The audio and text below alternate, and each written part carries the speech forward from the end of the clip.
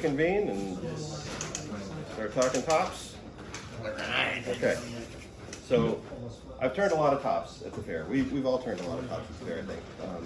So this is probably fairly basic for most of you, but I just wanted to share some of the tips and tricks that I've come up with over my several hundred tops that I've made in the past couple of years.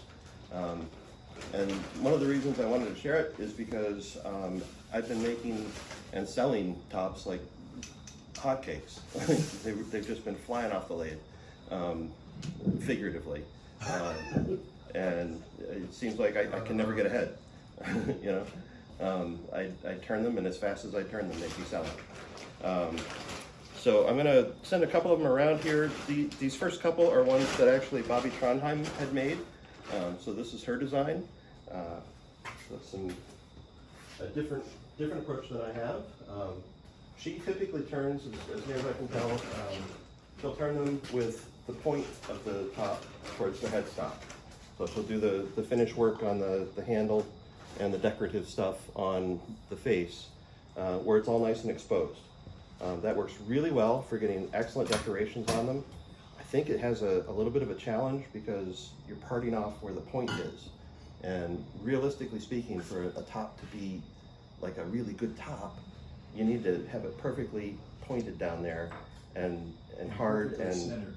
Yeah, perfectly centered. And when you part off at that point, it's not quite as stable.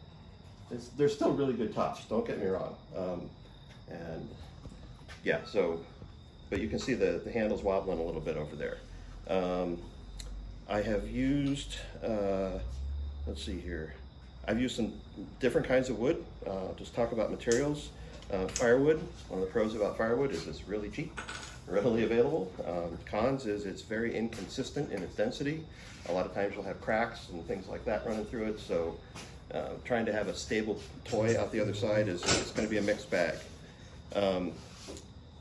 Poplar is another material I've used. Some of the sticks from Home Depot, either dowels or square sticks, 1.5 inches at minimum, 2 inches if you can get it. Gives you enough to get a decent sized top out of. But I've also found poplar is pretty nasty to turn. I don't like it. It's splintery. It leaves a really nasty finish coming off the tool. And they're lightweight. They don't really, they stop spinning pretty quickly. So another one that I ran across at Woodcraft a couple years ago, before COVID, they had some 2-inch soft maple dowels.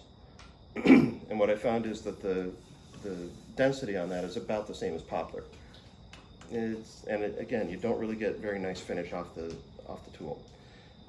This particular one, I used a Sorby spiraling tool to put a pattern in there and then hit it up with a magic marker afterwards. But you can feel as this goes around. A couple things. One, it's not going to spin as well, and two, the surface is kind of rough. So it doesn't really leave it as a nice toy for someone to play with. I've seen some other open grain woods being used, like red oak. Again, you're dealing with growth rings that are in there, and if you happen to hit a growth ring right where the point of the top is, it's going to be really soft. It's not going to be centered, and the top's going to wobble as it gets spun. Cherry, I think, Mark, did you have some cherry last year? Yeah. Yeah. It's okay. Okay. Usually you end up hitting, there's a lot of black lines inside a cherry. Okay. A lot of the cherry that, I don't know, I wasn't really thrilled with it. Yeah. I haven't turned cherry myself. I've made some bowls out of it. It's beautiful wood. Yeah. But maybe a little less available than some of the other stuff. It's maybe a little more expensive. And the darker wood makes it a little harder to see the coloration on it afterwards. So if you're using markers to color it up, starting with a dark surface it can be a little bit bland. For me, the dream wood has been rock maple. Hard maple stuff, oh my gosh, I started turning that, I don't know if it was last year, was the first time I turned it, but it turns like a dream. And I think the rest of the ones I've got in here are hard maple. They're not all really good. Some of these are some pieces that were a little checked. So there's a crack in it, and I didn't do a really good job on the finish on that one. Geometry, I think one of the things that I've noticed from the kids especially is the tops like the one that Mark has right now, it's got a very flat bottom coming up this way, and when the kids are trying to spin it, they often don't get it straight up and down, so you try to spin a top that's a little bit like that, and it ends up just not working. It farts out. I've also tried it with a little bit more aggressive of a point, so this is about a 90-degree angle. And what I'm finding with these guys is it tends to wobble a little bit more like that. It will stabilize, but it's not quite as stable in the long run. Although it does do a nice dance. Yeah, it does. And on a decently flat surface, it'll stay for a while, but they don't spin as long as some of the other ones. Just get a couple of these right here. Let's see here. So this, I've got a little bit less of an aggressive point to it. And these guys, I've literally started my clock up and had some of these things spin for like 1 minute and 40 seconds, which for a wooden top is pretty stinking good. I know some of the high-end metal ones, you can get 20, 30 minutes off the thing, but they're using rubies for the points, and they're metal, and it's high-end stuff. Let's see here. So yeah, I'll just send the rest of these around, and you guys can take a look at them as I go through the rest of this. All right, so prep stuff. What did I do to get ready for the fair? Before we move on, Yeah, where are you buying rock maple from? I'll get to that. Leading question. I got it at Yankee Pine. That's where I got mine. In Ipswich, on Route 1. Does anybody know? I know Bobby years ago told me there was a place somewhere up 93. Is anybody familiar? Highland with Hardwood? that? Highland Hardwood is 93 to 125 past Yeah. class style. They have a short spin, which She is was Yeah. talking between here and like 495. no idea. Yeah, Highland Hardwood from my house is about an hour away. Didn't you and I go there when we did Yes. the group thing? Yes. It's an awesome place. Yeah, Yeah. it's nice. So yeah, for this year, I bought a 12-foot long board of 8-quarter rock maple. They mill it down to about 1 3/4 inches thick. What are you doing there? Stealing them all. Francois pocketing my tops. The piece I got was jointed square, and then one face plain flat, but it leaves a kind of a rough cut on the far end on the edge. The piece I got was about 14 board feet, so it's a pretty decent amount of maple. And the reason for that is because last year I turned and sold over 200 tops at the fair. I was just going nuts. I couldn't keep up. Can you predict based on the pattern whether it's going to be a good top or not? Basically what I'm looking for is straight grain in the rock maple, and then it really doesn't matter where the growth ring lines are at. It's all good and hard. So yeah, when I bought the piece at Yankee Pine, they were selling it for about $6.88 a board foot. I don't know what the current rates are on it. Highland Hardwoods is currently selling it for $8.65 a board foot. So I expect that they've gone up a little bit. Except their shorts are Shorts are 25% off. 25% off. So that's a good deal if you're able to get up there and pick up some stock. Are you going to be buying some stock before the fair? No, I'm all set. I've got my stuff from last year.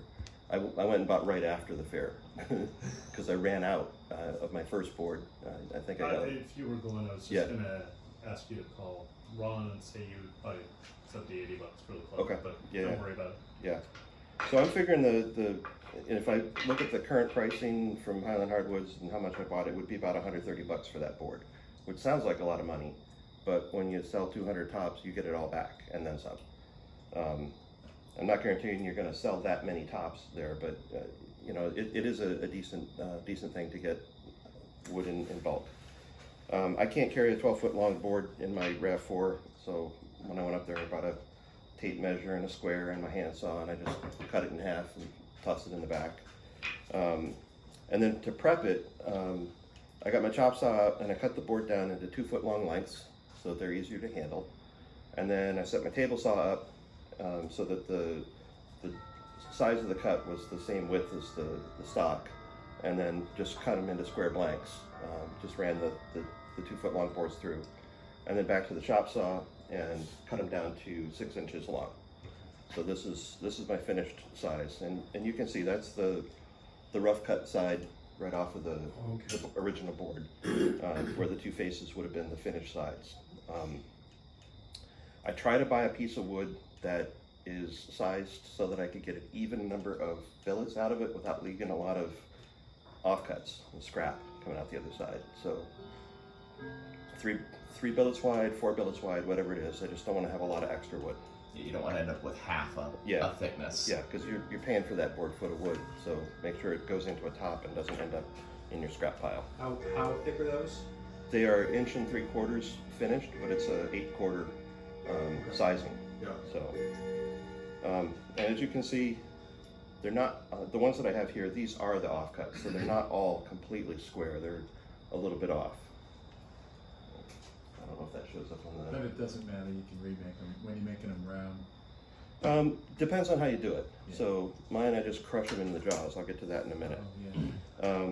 So yeah, the only thing to really make sure is that the ends of the billets are square, because the way I do it, I do it so that I'm pushing it against the bottom of the jaws, which is not something you want to do turning bowls. Please don't ever do that turning a bowl. But keeping it square lets me just seat it flush against the bottom of the chuck jaws and hold it that way. Back to that. Next page. All right. I set aside any pieces that have defects in them, like knots or anything like that, to do my practice stuff with off season. So the board that I have, I've got about 96 billets ready to go. Each of those will give me 3 tops. So I'm all set for myself for this fair. I won't run out. I make 3 tops per billet. Mark, I think you usually do 4, right? Yeah, 4-ish. yeah. And how long I are can they? 6 squeeze. inches. Yeah, it's this size. You're starting with 6 inches as well. Or do you Mine 8? might have been 7 inches. They were close to that, but Yeah. yeah, I was. So the reason I use 6 inches is because that's the size I feel pretty comfortable with, having crushed the end in the chuck jaws, that when I'm working on the top that's out at the end of it, it's not going to catch and fling the piece of wood anywhere. And I do take a little precautions to keep it from flinging off, and I'll show you what I do with that in just a minute. Tools wise, because I'm turning these fast, I don't want to be switching tools around all the time. So basically I'm using my spindle roughing gouge to get it round, and to give myself a little bit of a cushion at the end. I'll show you what I do, I don't make it round all the way back to the chuck. I stop about a 1/4 inch short. And then the other tool I've got is a little 1/2 inch spindle gouge, Thompson steel. I love this thing. When you guys are ready to, if you don't have really good tools yet, if you're using less expensive tools, get yourself a piece of Thompson steel. These things are awesome. Other than that, I've got my Supernova 2 chuck with the 50mm jaws on it. That's the standard one. That's the one that the club has. So these are what you'll have available when we're at the fair. Yes. Oh, Ta-da! Duncan. For sharpening, I keep a diamond DMT paddle in my pocket on my smock. The steel is really nice and hard, so it holds its edge a long time. But if I do need to touch the edge up every few billets, I can just give this a quick swipe over the profile, and it just puts that edge right back onto it. Without having to jump onto the grinder. Right, when I see that I have now flattened it out for maybe 1/3 of the distance on either side, or 1/3 total, then it's like, hey, it's time to regrind this, because I'll spend a lot of time honing it, trying to get that edge back onto it. But as long as you've got a little hollow grind on it, a couple of swipes across, and boom, you're good to go. What is this here tool? So this is a Diasharp DMT paddle. Can you take a picture of that? They come in a 3 paddle set. Or you can buy them singly. Yeah, Where or do you singly. buy that? I got some on Amazon. Woodcraft has it, Amazon's got them, but Woodcraft has it because we have a Woodcraft employee here. yeah, Woodcraft does. John can get it for you for 5% over. But yeah, these are really handy. I like having this available. I have found with the Thompson steel, I'm back to the grinder very infrequently. I turn a lot with just the edge that's on it and a quick hone up, and we're good to go. Not to interrupt, but I was turning golf ball wine bottle stoppers. So I mounted a golf ball in I made a chuck for a golf ball with a hose clamp. Yep. And I drilled the hole, and I was putting an insert in there and epoxying it in place. Yep. Well, I wanted a flat on the edge of the golf ball. So I came right off my grinder with a scraper, and I tried cutting the golf ball. How'd that work out for you? It wouldn't cut it. Yep. So then I used the honing, diamond honing thing, just like you did. Yep. And I honed it. When I honed it, it made it so sharp. It was unbelievable. Yeah. Yeah. And it cut it fine, and then off I was going. Yep. Cool. The other piece that I use is a live center with the point taken out.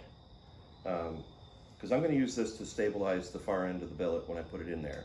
But I'm stingy when it comes to wood. I don't want to ruin the first top that comes off by jamming a hole right where I want the point to be. So this makes sure that I don't bruise the fibers on the end of the billet. All right. So let me caveat this heavily. This is the technique that works for me. Your safety is your concern. So if you feel unsafe doing this, do not do this. I am somewhat paranoid. I've only had one billet come flying off. What's that? We're just We're ready to sitting over catch. here in the frying range. Firing range, yeah. So the first thing I'll mention is this is where square comes into play. I've taken this billet, which is slightly longer this way than this way, and stuck it into the jaws and tightened it up a little bit. I'll pass this around. You can see the jaw marks that have bitten on the two long edges, but they aren't even touching on the other sides. So that's one. I'm not going to turn that here tonight because I'd be more comfortable doing it at home and not putting you guys in the firing range. Thank you. This one's mostly square. Mostly square. Mostly square. Square enough. This guy. Now, when you say square, you're talking about two things. You're talking about it being the same size on all four sides, but you also mentioned square being perpendicular to the axis of rotation. So I'm taking the billet and I'm sticking it in here before I get the jaws tightened up and just making sure the full thing is seated on the bottom. It's not kanked off to the side like that. And then as I'm bringing the tension up, just making sure it's kissing all of the sides at the same time. Now, the only reason I'm doing it on this one is because this is one of the offcuts. All of my other billets that are at home, the other probably 90 of them, 85 or so, I know those are square because I cut them that way, so I can just slam the thing in there and start turning it just about. And I find just before the jaws get tight, I wiggle it Yep. as I'm tightening it, and Yep. it kind of makes the points, the corners end up in the middle of each slot. Yep. And I'll bring my tailstock up. Do this little hand twist. It looks like it's pretty well centered to me. And then right in. Are you going to do it without a tool rest? What's that? Are you going to do it without a tool No, rest? the tool rest is actually my smock hanger at the moment. Oh. So Impressive stuff. Yeah, the technique is freehand nowadays. yeah. All right, so that's now on there. I'm gonna put this guy here. Take my smock off. Stand off to the side, and I'm just watching to see that's pretty well centered on there. It's got a little bit of wobble to it, but it's not that bad. All right.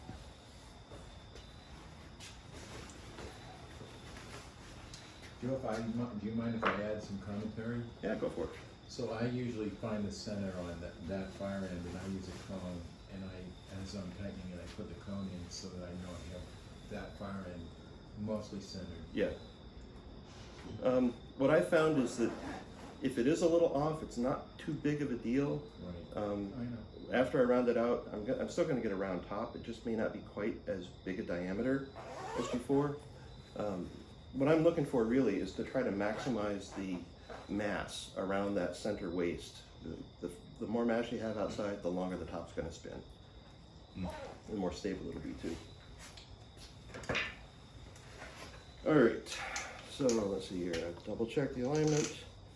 All right, next thing is to round it off, which you guys have seen more They times. spin longer on the steel. What's that? On the steel, they spin real good. Yeah, less friction. Yeah. All right. Not my lathe, and it's got a few little catches on the post there.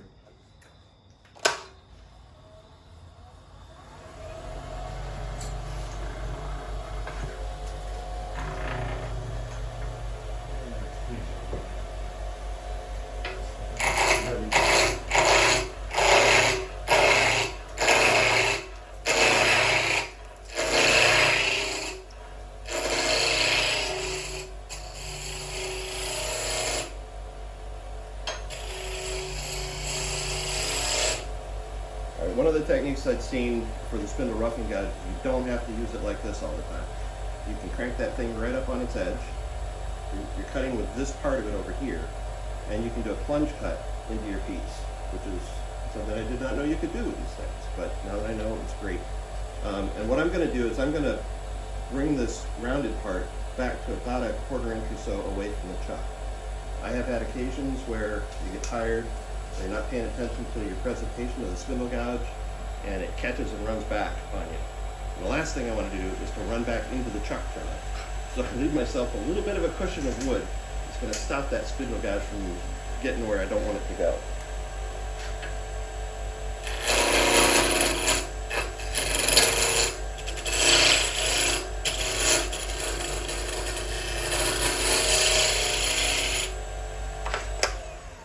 Quick look to see how we're doing. I'm down to almost square, got a little bit, or almost round. I've got a little bit of flat on there. Yep. If you put the bottom of the Yep. down here, that's But at this point, it's flat, but it's not bouncing. Not much anyway.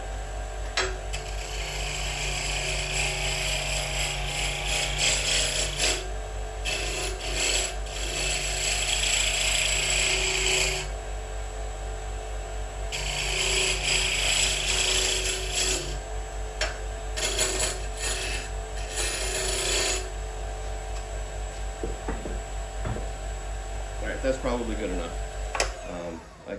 I can touch the edge just a little bit when I get to the point of using this guy. So the next thing I do is I'm going to start making the taper here down towards the end of the cone, or the end of the live center. Which way is the point for you? Point for me is that direction. Handle comes out this way. So I want to get that point as delicate and straight and pointy as I can get, and then take the back side of my tool and burnish the point just a little bit. That, to me, that's what gives it the most centered hard spot that will keep the top turning as long as possible.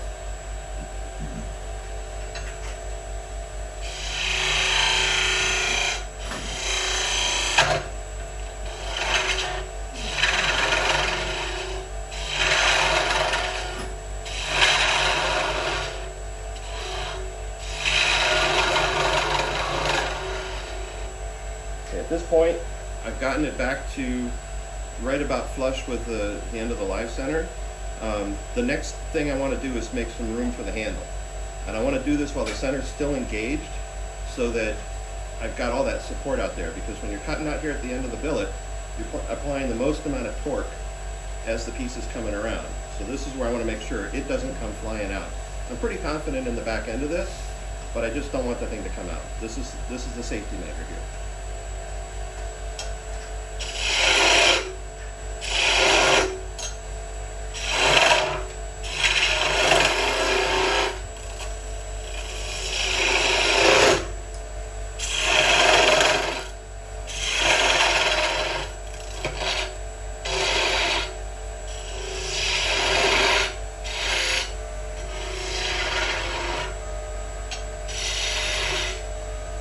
And that's probably about as far as I'll take this one for right now.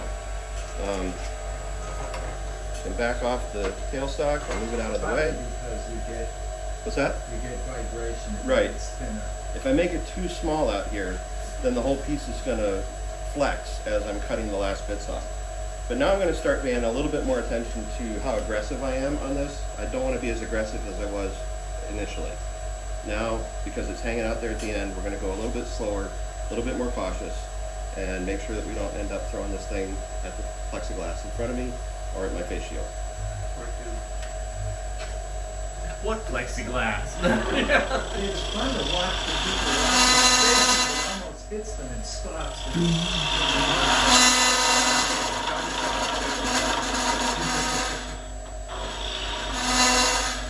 I don't know what the vibration is on this. I'm not used to this thing.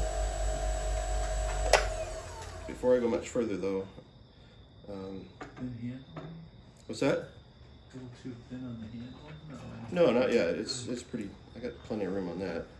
Something on the lathe rattling? Yeah, I don't know if it's, Did you tighten up the tailstock? Is it that tight? tighten that up. I mean, I can kind of hear something a little rattle. Try changing the speed up or down a little. Yeah, bit, that's see true. if it goes away. I was already at max. So when I'm doing this, I'm usually on this side when I'm cutting and just riding that bevel. I'm able to come over a little bit further as I go along and kind of keep an eye on where it's going. I think if I was on this side, I'd have a harder time seeing what's happening. So again, this is how I do it. Let's see if it does it still.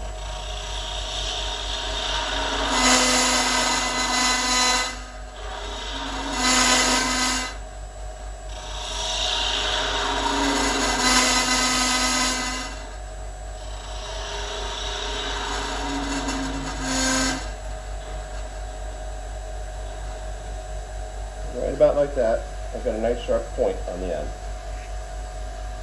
My angle's a little bit high, but it's okay. Did you already burnish it? No, but burnishing is just a matter of basically doing that.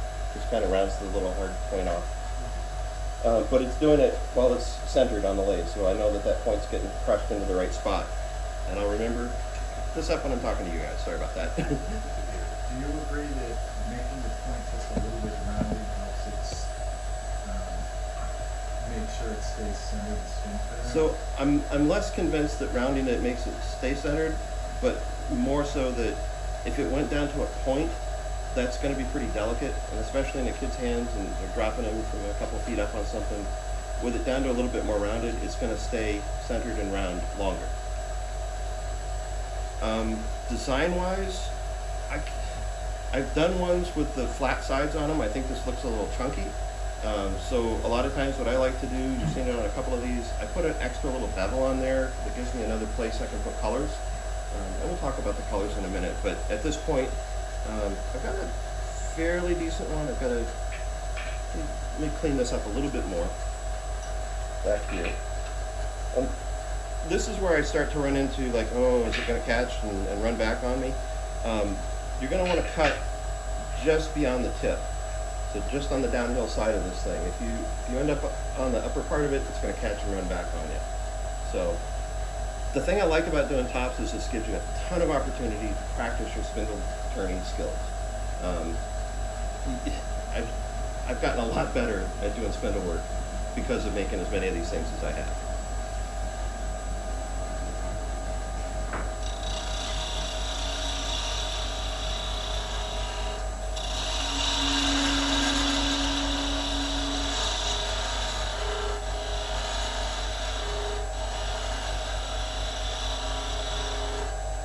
All right, that'll be good enough. At this point, I'm just taking off that last little bit that was flat, kissing the tool up against it just barely, and then to do the bevel, I'll come back about a third of the way on this flat spot and go in, and I'll keep my finger back out a little further next time.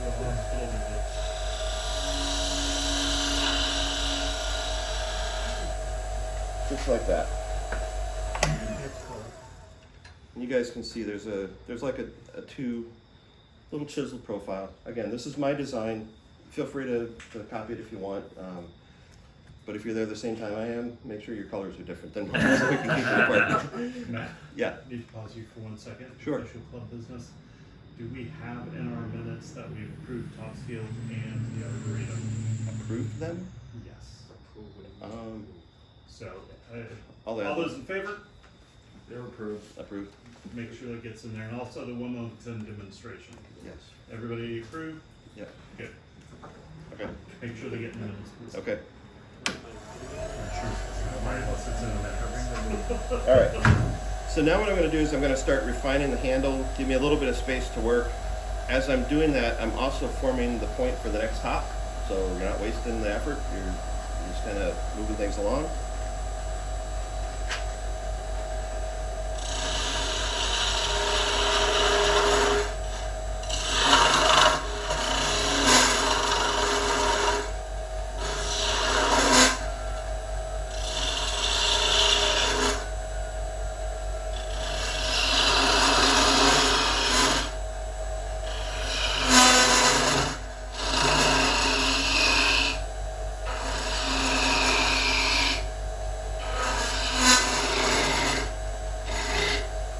I'm also trying to, as I'm doing this, not stand there and try to pull my arm in and out. I'm moving my whole body with it.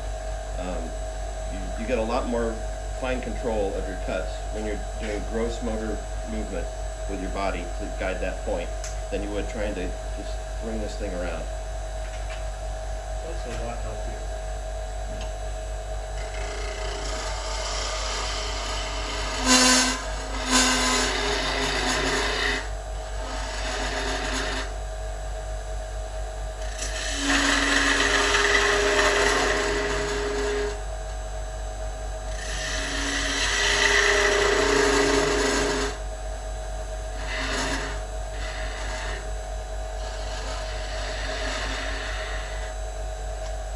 Alright, so at this point I've got it down to pretty much the shape that I'm going to be using.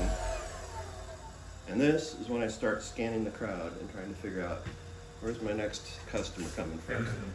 Which kid is gonna buy this one? And if I don't see a kid, which adult is going to buy one? Because adults like these things just about as much as kids Because do. they have children. Or Or they have just girlfriends, like and a you top. like a good guy. Grandchildren. Everybody can come up and take a quick look Yep. if you want. And it's a Topsfield. Yeah, And the you're handle's a probably little gonna rough, talk but- about colors. I think it's bouncing a little bit more than I had expected. What colors real quick. Oh, No, so, I think it was last year. yeah, I think there's just a housing of some sort. I did a shift. This is Mark. not solid on the floor. Yeah, but it And sounds Mark more had like markers, there's and I did it. One of them something sold, down there. Anyway, Let me get out of his. Mine didn't sell unless there was none with colors. They even pick crappy tops with crappy colors. Yep, that too. back here.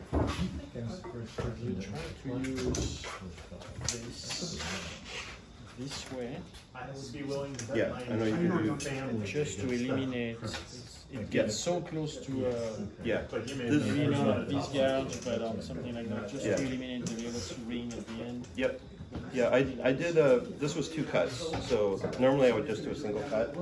And what was happening is that vibration is a little bit disconcerting, so Someday, yes. kind of backed off a little bit. We're like trying to coordinate it. Ron has like a little V in the side. There's so much stuff you can do with this.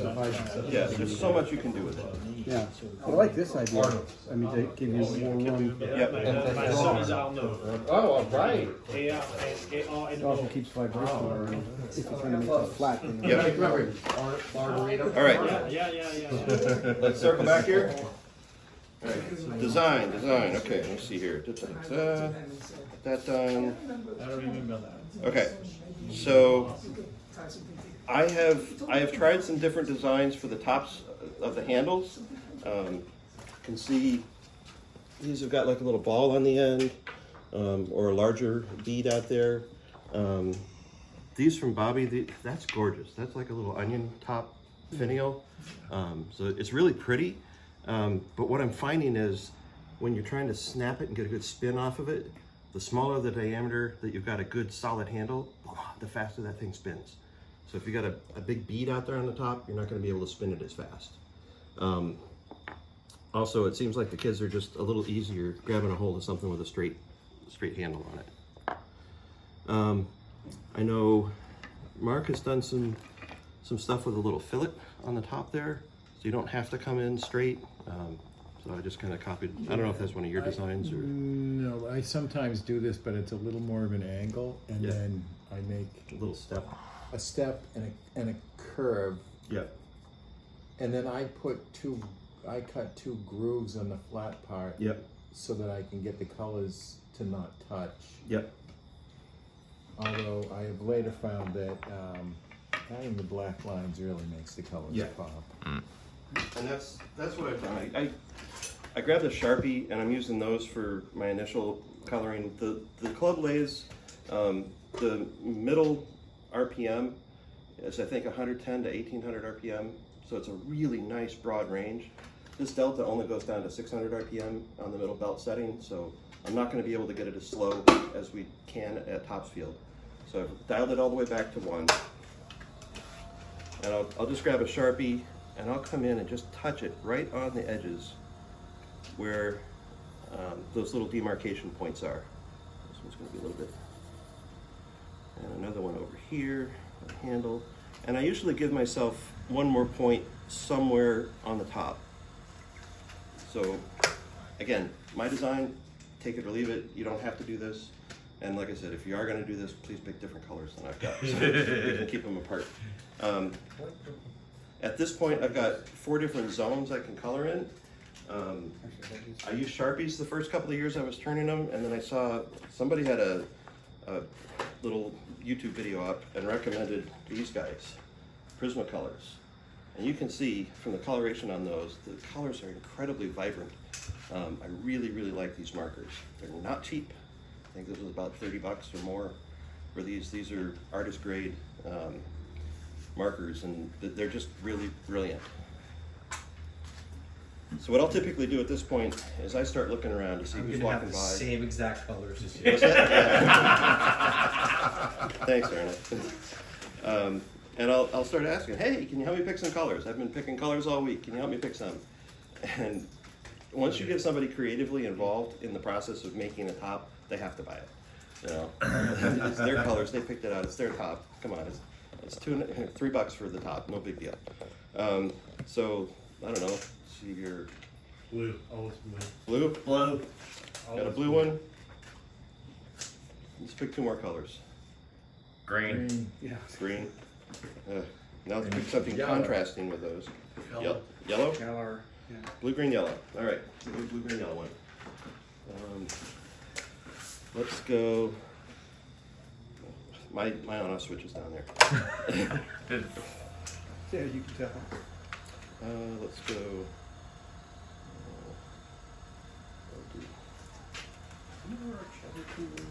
Blue on the outside here. This spot. Somebody made us one and donated it to the club. It was with the library at one point. Is anybody here a librarian? No? Okay. Then we'll put some yellow right along the Do you edge. have a charter school?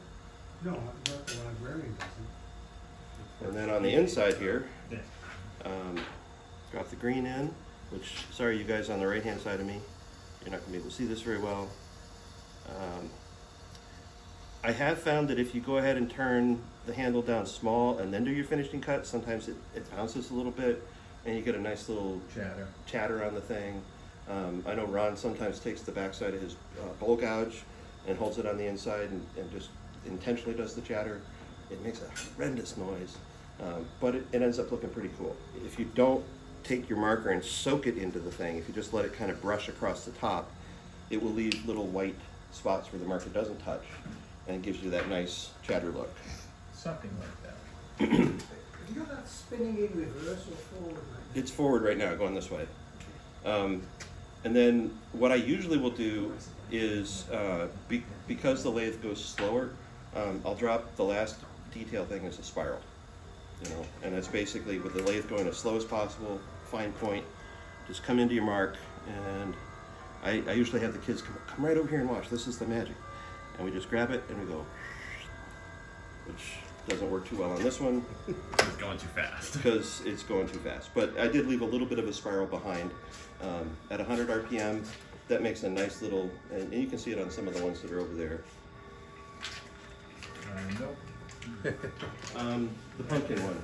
Right here. Oh, yeah, okay. Yeah. Oh, yeah, that one. Oh, it's okay. Yep. Okay. All right. Boom, boom, That boom. one too. All right, parting this thing off. Because now you've got a customer that has just given you the colors for their top, and they want their top. Daddy, I just made that. Yep. So, a lot of folks, you could use a skew on this. This would be really an easy cut to do on a skew. I don't want to be bothered trying to find my skew in the pile. I just want to grab the tool I've already had in my hands, that I'm comfortable with, and I'm ready to go. So let's get this thing off of here. Okay, Well, here. with that, you're just making a code cut, right? Like two Um, beads? Yeah, well, sort of. It's almost a V cut. So, bring this guy in a little bit more.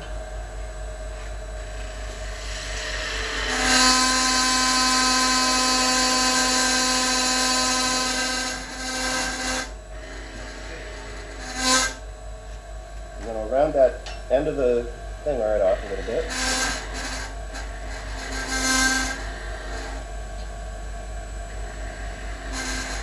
Just work my way back and forth. Try it a little bit more. This is why I like the detail grind on this, because I can get in it pretty close. Just perks right off. And the last thing I do, because that does leave a little scratching nub on it, is grab a piece of sandpaper. Usually keep one of my 220 grits around. Rub it off on the end, and boom, we have a completed little top. I thought you were gonna say I have $3. Yeah. Boom, I Yeah, agree. All right. Oops. And I usually let the kids give it a first test spin. I've spun enough tops, I don't need to have first dibs on the spin. Do I need to pay you to try it? No. But you, if you're gonna stick it in your pocket and take it home, cough it up, man. All right, so at this point, I've already got enough of the shape that really all I need to do is make a refining cut and, you know, get back to the point where I've got a point on the end. But it's really, at this point, it's a finishing cut. I don't have to hog the thing out anymore.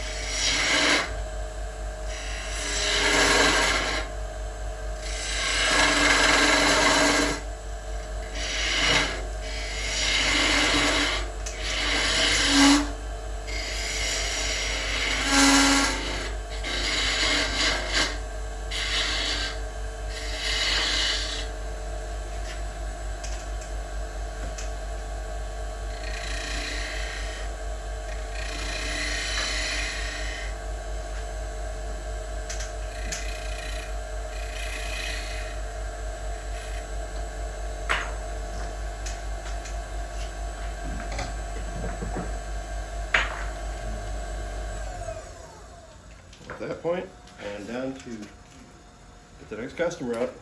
My mark's on here.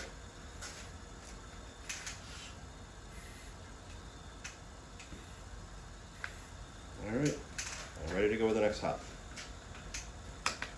Very good. So you can get 3 out of each Yeah. fillet. Break them out. What's that? Break them out. All right, colors. Give me some colors on this one. Fall, red, orange, yellow, Love it. or Perfect. earth tones. Earth tones. Yeah, there's no fall. I don't see anything. Brown. Through eight.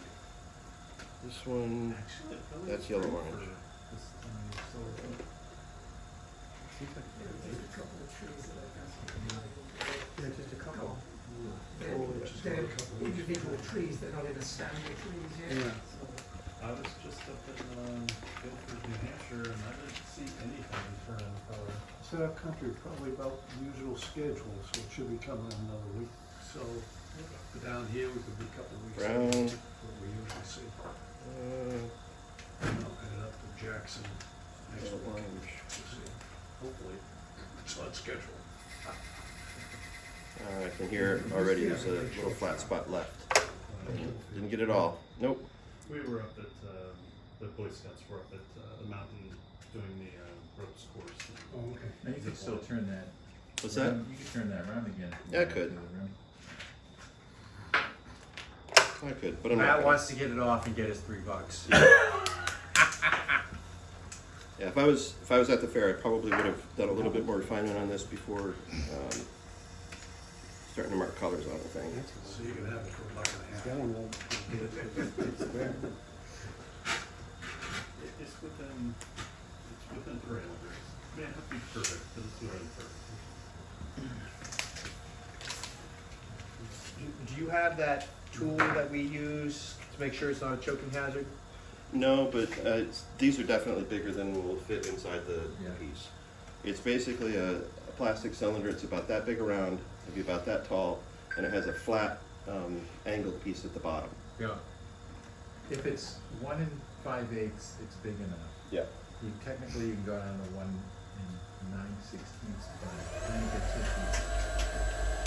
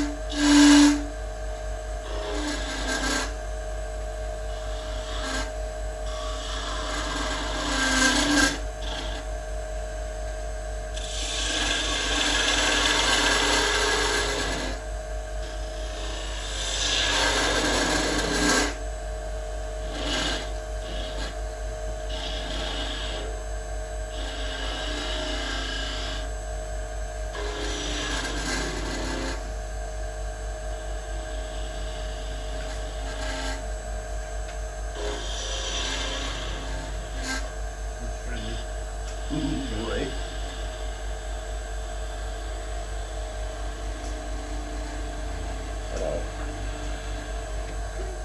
So you don't sand it all on the, at top here?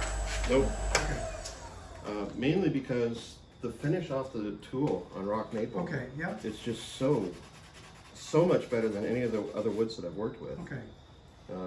Yeah, I would have done a little bit more refinement on that, and the handle's a little chunky, but. All right, and then we've got this one. And how to finish. This one is the one that, this is the reason why I leave that little shoulder.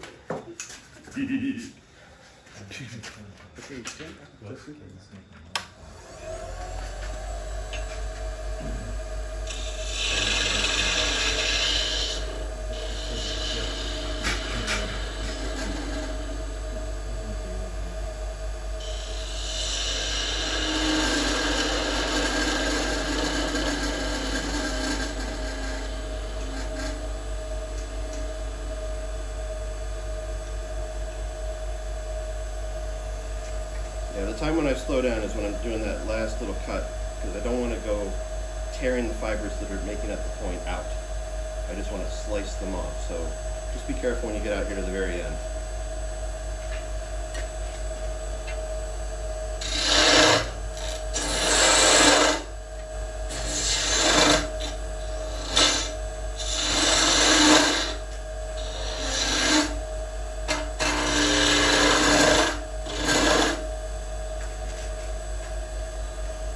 And It's as I'm getting, also a great way to learn lefty and righty turn.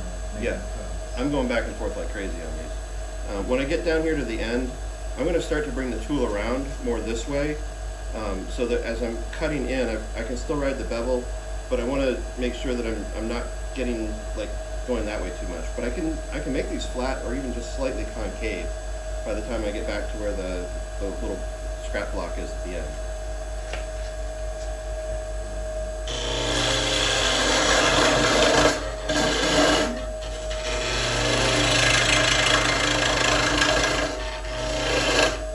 Like turning a ball. All right.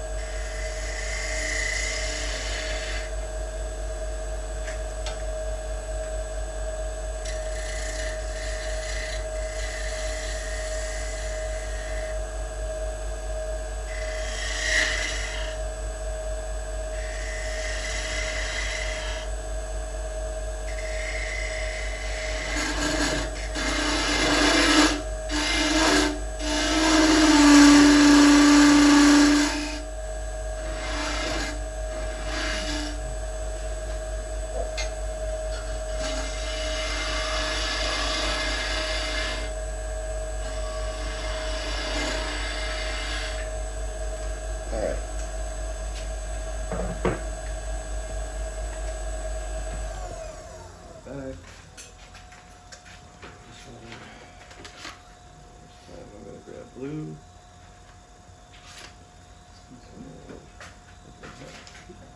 Yeah, you can get close, just so you can see what this looks like at the end. What's that? You just went to flat. Yep. So at this point, what I'm going to do is instead of putting the black line on it, I'm just going to go with the blue. You think I gotta turn a fair number of. And then Have you tried putting the color on then the black?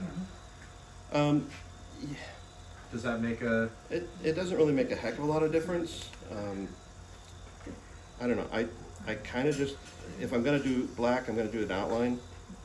I was just curious. You ever tried to paint the Mona Lisa on one? Yeah.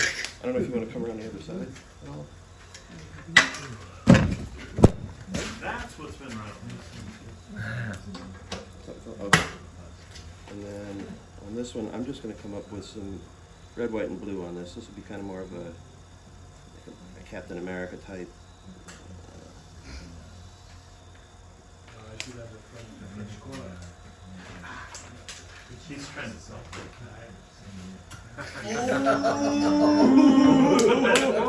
But think about it, that's why you said Captain America, not patriotic. Because it's all about Marvel. Yeah, if the kid's got a Hulk t-shirt or something. Or...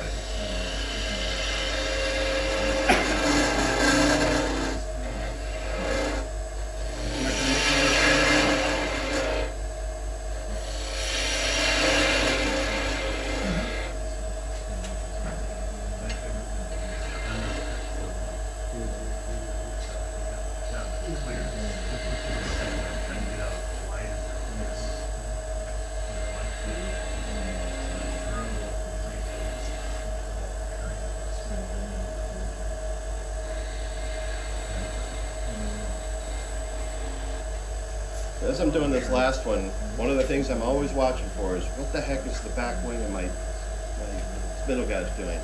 I do not want to get it in contact with the rest of that blank. So you can bring it around, but just make sure you know where that is relative to the waist. Otherwise, you will be getting a catch, and that's not something you want to do. So this one, the other ones, what I've done is I've been parting them off essentially using the tool this way, in the closed position going towards the headstock. By the time I'm here, I don't have enough room to do that. So I'm going to have to bring it around and just deal with the end of this sanding afterwards. It's not going to leave quite as nice of a result.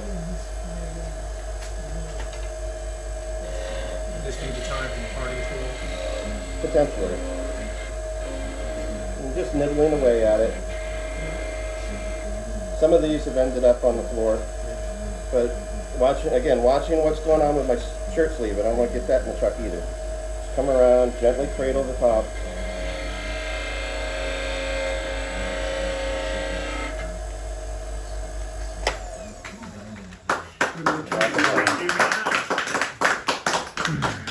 America's top right there. It is. What's that? That's America's top. Yep. It could be the French one too, right? Thank you.